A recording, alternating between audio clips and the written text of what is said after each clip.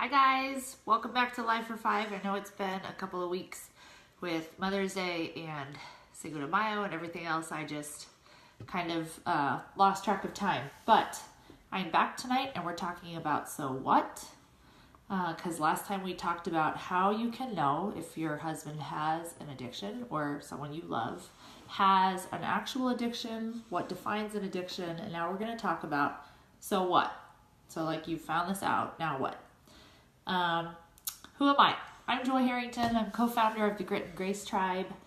I'm an entrepreneur. I'm a coach. I'm a wife of 8 years. I'm a mom to 2 littles.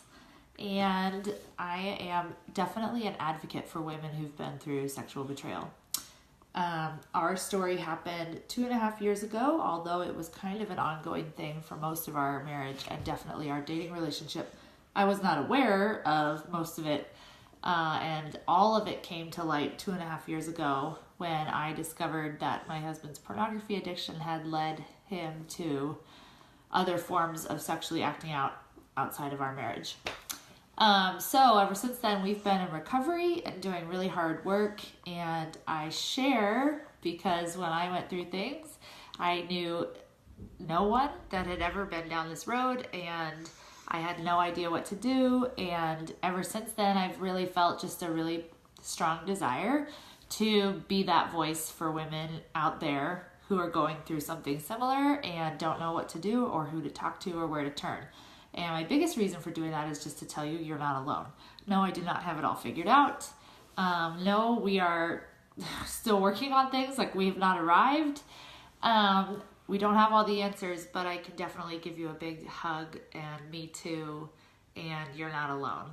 And that's my biggest reason for reaching out, because that's what I needed when I went through it. So tonight we're going to talk about so what? So you found out your husband has this addiction, now what? I'm assuming that this is, you've confronted him, because I definitely confronted Peter, and when I started to discover things, I would not say I discovered all of it. That first night, I discovered emails between him and another woman, and that to me was kind of like the clincher, because there had been red flags and there had been stuff going on for years. But when I finally found those, I was like, I'm done. So what do you do then? Like when that confrontation happens, when everything comes to light and you realize, oh my gosh, this is really a huge issue. I had no idea what to do at the time. You really feel lost because you've never been through something like this before. You had no idea it was coming usually, and you didn't want it to happen, and it has happened, and now it's your life. And you don't feel like calling anybody because it feels embarrassing and humiliating to call someone and say, I just found out my husband's cheating on me. So this is what I would tell you to do, that looking back, I would tell myself to do. Number 1, ask for what you need in that moment. So I knew in that moment, first thing I needed was space. I needed to feel safe, and that meant I needed to go kind of into self-protective mode, and I needed him not around. So I asked for a separation immediately.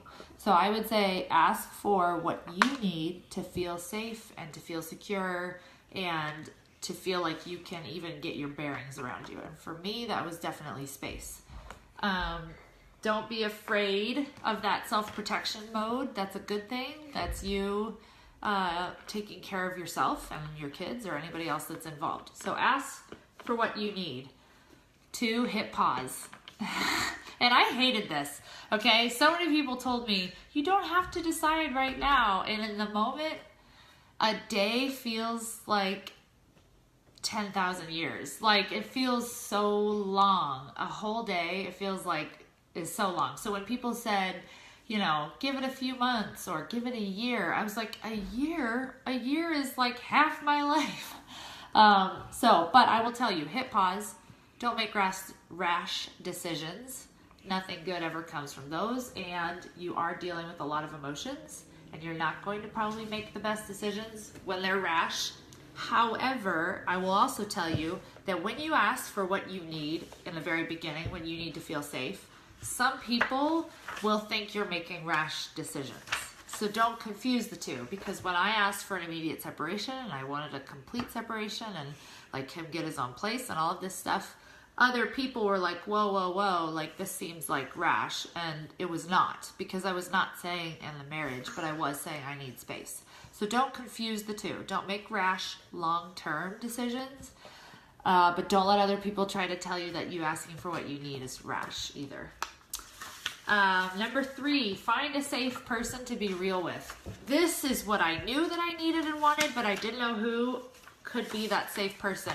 And knowing what I know now and looking back, I can tell you some of my prerequisites now for what defines someone as being safe, because it's definitely something that I've learned the last couple of years is what is a safe person. First of all, obviously someone that's not going to go talk to other people. That's not going to like share your dirt, right? So that's obvious, but I would say someone who's not going to judge you or them.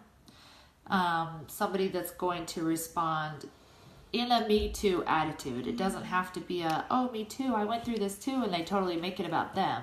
But the overall attitude is, you're not weird, and there's not something wrong with you or him, and I'm not going to judge you for it because we all have crap type thing. They're not going to offer advice. There were so many people that I talked to in the beginning that wanted to say what I should or shouldn't do and what they thought of all of it. And that is not what I needed. I didn't need their opinion. I didn't need them to tell me what to do or not do. So not someone that's going to offer advice. Not someone that's going to question your needs or your emotions. I had that too. I had people saying, well, you're kind of acting like a crazy person. Like, how are you this upset? All of this stuff. And that's just someone that's never been down either this road or a really hard road themselves, to understand the grieving process and the huge emotions that overtake you when something like this happens.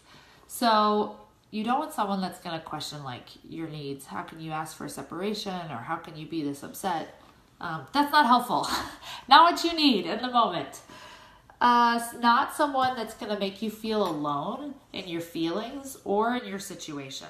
So I also had people that wanted to respond with, well, I just can't imagine.